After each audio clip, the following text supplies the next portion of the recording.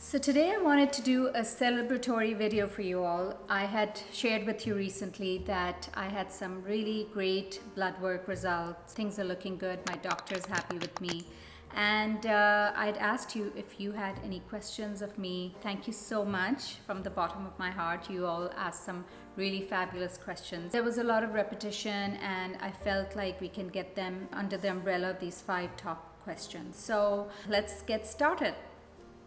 So question number 1 was, how long did it take to see results of a gluten-free diet in healing autoimmune diseases? My blood work showed within 12 weeks, so that's 3 months, it showed a decrease in antibodies and just better inflammation markers. And the doctor that I went to, I was overseas at the time, and the doctor that I went to just told me, keep doing what you're doing. Over time, I did see reduced joint aches and pains. My numbness that I used to get first thing in the morning, when I put my feet down on the floor from the bed, it's gone.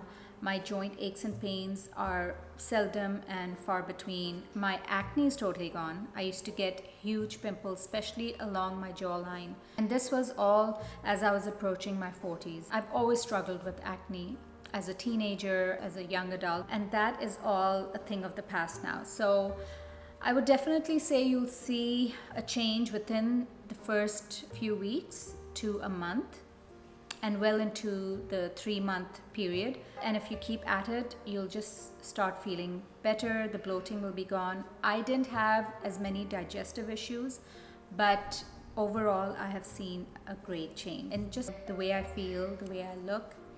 My eczema is gone. So that is all I would say. It took me a few years to feel the way I'm feeling now, but the first 3 months for sure, you want to give yourself that much of a time before you see some benefits to your gluten-free diet. Okay, the next question is Hashimoto's and hypothyroidism the same? Can hypothyroidism be reversed, or do we have to take medication for a lifetime? So Hashimoto's is actually an autoimmune condition when your immune system is just working overtime and it is confused and recognizes your body part as a pathogen or as an outside invader, a virus, and it starts attacking that body part. So for me, for example, Hashimoto's is autoimmune of the thyroid gland. So the thyroid gland is what was being attacked. Hypothyroidism is when your thyroid gland stops secreting the thyroid hormone. Hashimoto's and hypothyroidism, there is research to show that there is a connection between the two, and this can eventually lead to hypothyroidism, but it can be reversed. That is the good news, and there are so many examples of people who have done that, and proof is in the pudding. I have managed to achieve some level of success as well. So most functional doctors will look at your food and lifestyle and will guide you towards eliminating or bringing in supplementation, eliminating certain foods to see how your body does. And there is a lot of research out there showing that autoimmunity and food are extremely powerfully connected, and it just can't be ignored anymore. So I would really invite you to look at these different researches, and I'll link some of them below so that you can find out more and get started on your health journey. Somebody else asked, can your lifestyle help those with Graves' disease? Graves is an autoimmune condition as well, and like I said, autoimmune diseases really do benefit from lifestyle and food shifts. So you definitely want to explore this channel and my blog and transition to healthier habits. You will see a change for sure. Okay, and this next question is something that I hear so much of, and I have done a couple of videos that will help you, so I will link them here as well as in the description box below. Everyone has the issue of time. So my first suggestion for you would be to ask yourself why you're doing this. Your why has to be really strong. I wanted to figure out this health issue through food and lifestyle. I didn't want to be on medication.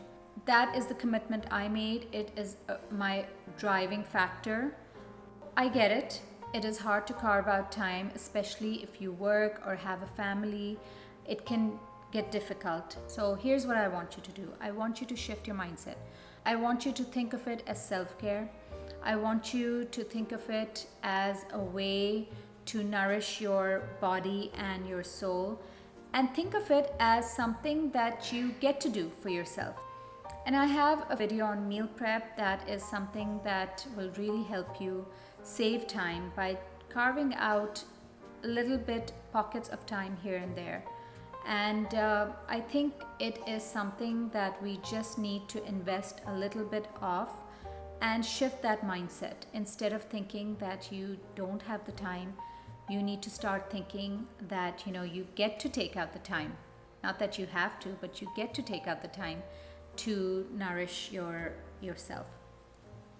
Now, there are so many different ways you can save on time by possibly buying better prepackaged foods that you can get. You can do semi-home cooked meals. You can order meals as well.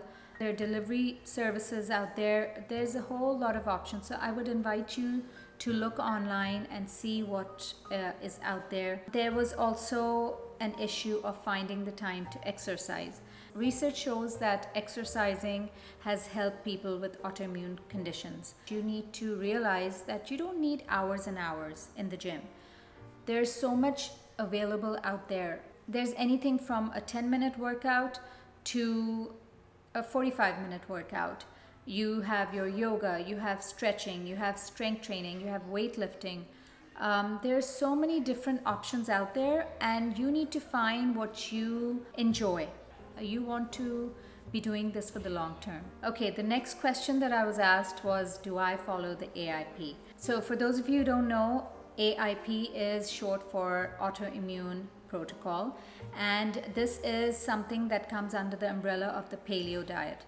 Now, the paleo diet, again, if you're unfamiliar, the paleo diet suggests that we eat closest to what our Paleolithic pre-agriculture ancestors ate. So basically fruits, vegetables, meat, healthy fats, no processed foods, no grains, no corn, no soy. So the AIP then is a protocol within the paleo diet which suggests that you avoid certain other foods that can be inflammatory for your gut, like tomatoes, carrots, nightshades basically, eggplants, and even eggs.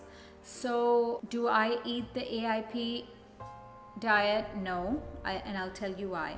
When I first started, I did my research. I realized very early on that the AIP was just too restrictive for me. It just overwhelmed me with so many things being off the table for me. In a world where we are constantly bombarded with processed foods and wheat and gluten and dairy and sugars, it was just really difficult for me to transition to the AIP. I found myself stressed out. I found myself extremely overwhelmed and honestly borderline depressed. So I decided AIP was not for me, and upon further research, I saw that gluten was a trigger, as was dairy and refined sugar. So these are the three things I decided I wanted to give up. And honestly, initially, it was just the first 3 months I gave up gluten cold turkey. Dairy, I was still eating a little of. I don't necessarily consume a lot of dairy, so that wasn't tough to give up. But I was still doing some cheeses here and there. But refined sugar, I was taking other sweeteners instead of that, like honey and maple syrup, dates. Now, being on this type of a protocol for the past so many years, I feel like I may want to try, if not AIP, then definitely Whole30, just to see how much better I'd feel, because there are days where I do have some joint aches and pains, swelling under my eyes and such. So I may do that in the future, and I'll take you along on the journey as well. But if that's something that you would like to do, I'll share links below. You can go and explore and see if that's something you'd want to do. But I do help people to transition to a Whole30s diet or AIP. And I think that is just very individual. You have to see how you're feeling with certain foods. Most of these grains do not cause me digestive issues, but like I said, I do want to see how much better I feel. I do have a couple of what I eat in a day videos that I'll link here. Go check it out, see how I eat. I try to get at least 2 meals in the day, have to have some form of leafy greens. Research shows that they are the most nutrient dense vegetables, low in starch, low in carbs. So, okay, this is the last question and I'll end here. But a lot of people say that, it's really expensive eating this way, eating organic and non-GMO foods, or I've been told that some of the ingredients aren't globally available. So to that I say that you have to see where you live, the area you live in. My foundations are eat seasonally, eat what is available in your area. If you don't get almond butter, cashew milk, or almond flour, that's a-okay. You can definitely find substitutes. So a lot of people bake with coconut flour, or a lot of people will bake with gram flour. So there are a lot of different options out there. As far as fruits and vegetables are concerned, organic is best, but then if you reside in the US, you may be familiar with the Environmental Working Group, and they publish a list of fruits and vegetables annually called the Clean 15 and the Dirty Dozen. I would recommend you check those out. Rule of thumb is it's best to eat your thin-skinned fruits and vegetables organic because of the pesticides and herbicides that are used. But other than that, thick-skinned fruits and vegetables like bananas, for example, avocado, these are okay to eat conventional because they're thick-skinned, and a lot of these fruits and vegetables don't need to be heavily sprayed like some are. Like your berries are apples, and berries are some of the fruits that you do want to have organic. And it's all about the payoff, right? You either invest now or invest in medical bills later, because it's just weighing your option. There will be days when you will have temptation. You're human, right? So always follow the 80-20 rule, where you eat well 80% of the time, and then 20% of the time is open for indulgences. So that is where we end. I hope that these question and answers helped you. If you have any more questions, please post them in the comments below and I will be sure to address them. And I can do more of these videos. If you like this video, give me a thumbs up. That shows me that you all enjoy this type of content, and I will be sure to publish more in the future.